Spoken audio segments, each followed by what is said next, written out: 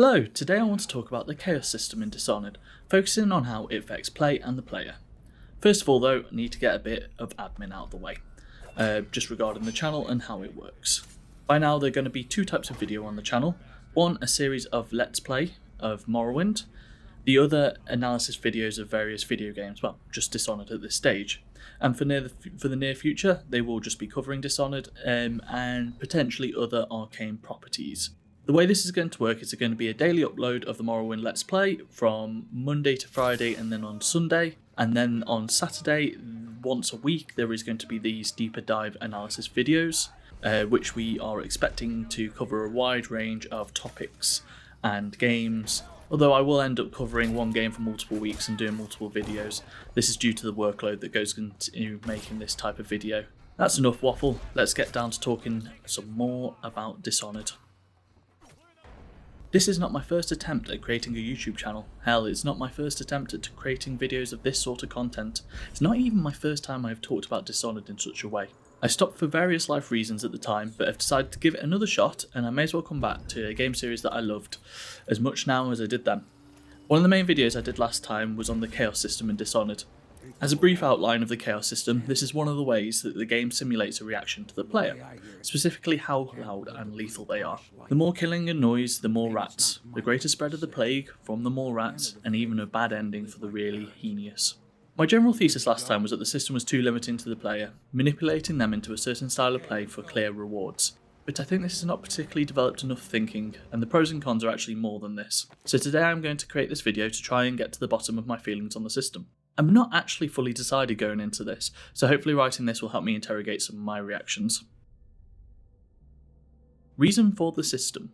The game reacts to the player.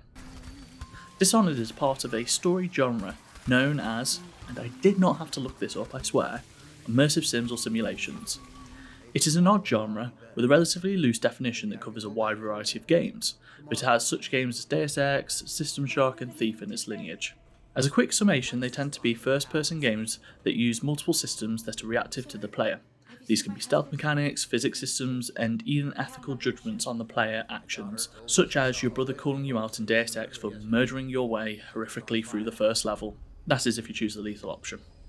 The key aspect that I want to talk about from this genre is the way that the game reacts to the player, something that the chaos system is designed to do. If during our visit to Dunwall we choose to mercilessly kill all in our way, we leave a wave of bodies, shown to feed the local population of rats, the main plague spreaders, leading to there being both an increase in rats and weepers. These are the people who are in the final stages of the plague, where one of the symptoms is them literally crying blood. Although this does not affect play in any significant way, the increase only showing in a couple of places. I think the main place where the game makes this sort of ethical judgment is actually in the ending, becoming more positive if you are merciful and rather dark if not. I will cover this in a greater deal in a second. The part of this that I'm interested in is the fact that the game does react to you. Without waxing lyrical too much, this is a big component of what can make games special. It rewards player agency with a reaction on the game's part, and that tickles the part of my brain to do with ownership of the story. It is mine because I acted this way.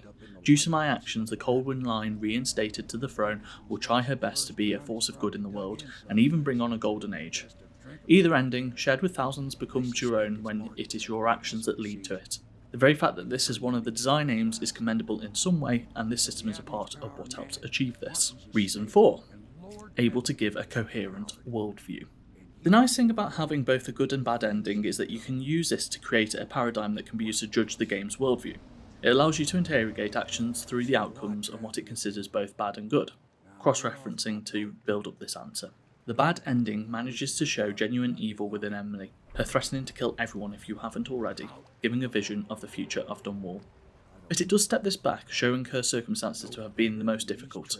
It was not her fault she was kidnapped and used as a pawn in a political game. Instead it comes at the question as a historian, asking detached from the present how people may analyse what has happened. It answers that question by saying that the structures that around Emily produced her. Even Corvo can be seen acting in his own self-interest, for it is heavily hinted and later confirmed that he is Emily's father. Him grabbing power for her is essentially putting himself in a position of power, so cynically judging him for taking this path by referring to him as the assassin who put the Empress on the throne.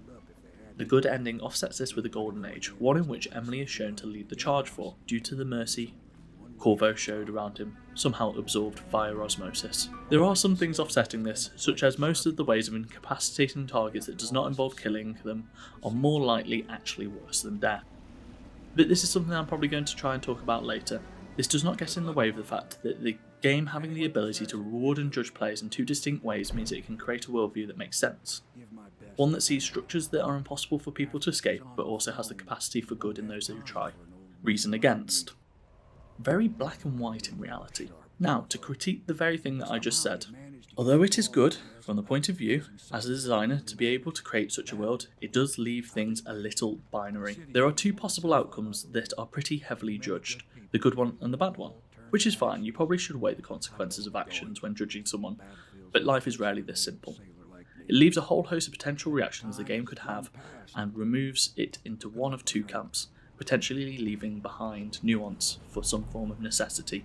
I also wonder if some aspect of the morality system has been added for the sake of it, being a component of games for a long time, and a little bit in fashion. We are often judged by the electronic worlds we choose to explore, and I understand what is compelling about this. Again, it's the world reacting to you, but I always enjoyed The Witcher's take on this, being a host of different reactions depending on your choices. It shows that things are rarely as simple as right or wrong choice, but also tells you to live with your actions.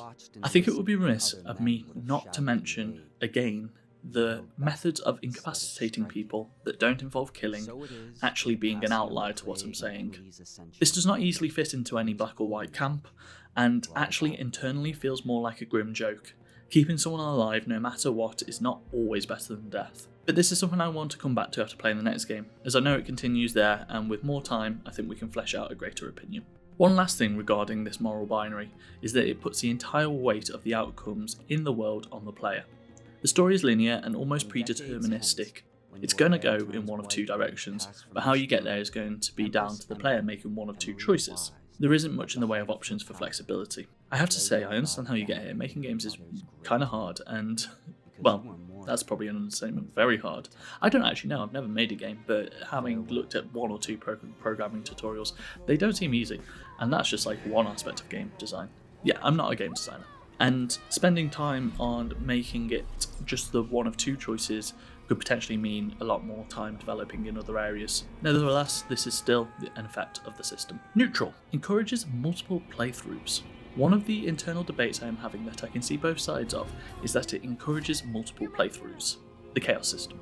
To some people this means more time with a game they love, eking out more of their purchase and turning this into pleasure. I am not this type of person usually. I often do not finish games feeling I've had my fill way before the end. I currently have Persona 5 sitting at around 60 odd hours, and I do not think I will be picking it up again, even though I loved it. There is just a limit to these things for me, and it is hard for anything to remain eternally interesting.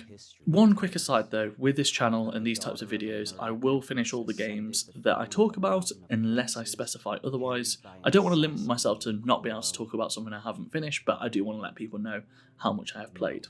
But on the opposite side of this, I have played both high chaos and low chaos endings on all aspects of this game and thoroughly enjoyed it. It'd be hard for me to say that I wouldn't be motivated to do so without the game giving me different outcomes. I suppose when you're trying to cover something for a video, you're more inclined to give it a thorough digging through, rather than just a brief pass over the surface. Reason against. Limits the player in methodology. Dishonored is a pretty systems-driven game, giving the player a whole host of tools to deal with the encounters put in their way. You have blink, time stop, and even the ability to make bodies disappear when you kill them. At first I thought the combat felt like a bit of a war of attrition, but going back through some of my high chaos playthrough, I can see the joy in clearing out groups of enemies with these powers. Even if they are used in a stealthy way, there is a certain element of creativity that can be employed, and the chaos system gets rid of this. I talked about how the introduction of stealth mechanics will likely make players to try and be more stealthy. I think that this applies to the chaos system also. The game openly disincentivizes you from taking the high chaos route, telling you there will be consequences both in the loading screens and mission end screens. These implications, on my first playthrough, made me play entirely stealth, quick saving my way through problems, pretty much only using blink and dark vision to deal with all of the encounters and not engaging with the whole systems such as combat, which in such a reactive game is part of the joy. I can also say the same for other game series like Metal Gear Solid. Once I know I can complete the game without killing anyone, it becomes my default play style for myself, which may be a me problem. On the other hand, I can imagine a world where you fall out of stealth and instead of it becoming a reload, it becomes another set of problems to deal with, especially fun with such a large toolkit. Although I know a lot of stealth games never quite manage to create a world where falling out of stealth actually feels enjoyable. Usually a lot of players will go down the route of reloading. As I've wrote this, it keeps coming back into my head that a hidden system or individual sections where you can make choices would be a better way of approaching this. This would allow the player to be in a reactive world that does not have a set designated path for them of moral simplicity. Making the good choices because this is my good playthrough and the bad because of the opposite. Instead, this could allow for multiple playthroughs and play styles without feeling too predestined, letting the outcome be more organic. For me, it is interesting how JC Denton's brother berates him unexpectedly in Deus Ex for taking the lethal route, but it is less so when elements of the story culminate in how you deigned. This works too if you approach it both in the narrative and mechanical sense, using your full toolkit as you fancy instead of being limited. I do half want to step back from being an armchair game designer though, because I'm not. The medium just isn't that simple. Reasons such as an early decision lock people in design-wise, to it being the easiest way for them to create a game world that they envisage can easily change how a game is produced. But sometimes analysing something against your perfect idea of something allows you to cross-reference what you enjoy, what you like, what you're going to seek again in games, and also what is good about the game you are playing, and also some of the issues. I think in the end I fall on the side of not quite liking the chaos system, mostly, but with some tacit understanding of where it comes from and the potential reasons behind it. I think there are some definite benefits also, but Dishonored is mostly a game I enjoy for its mechanics and world, neither of which are particularly affected by the system. I don't think it's any great detriment to the game having the system there, I just have preferences that lie with elsewhere. That's enough for today. I hope you enjoyed today's video. I have one more planned on the first Dishonored, and then I'm looking to move on to the second, which I have started playing again. It's amazing how they contrast in some ways actually, but maybe that'll be a video topic for the future. If you'd like to see more of these videos, then do all the usual things. I can't remember what they are, there's something to do with the boxes down below. That'll be all for today. Goodbye.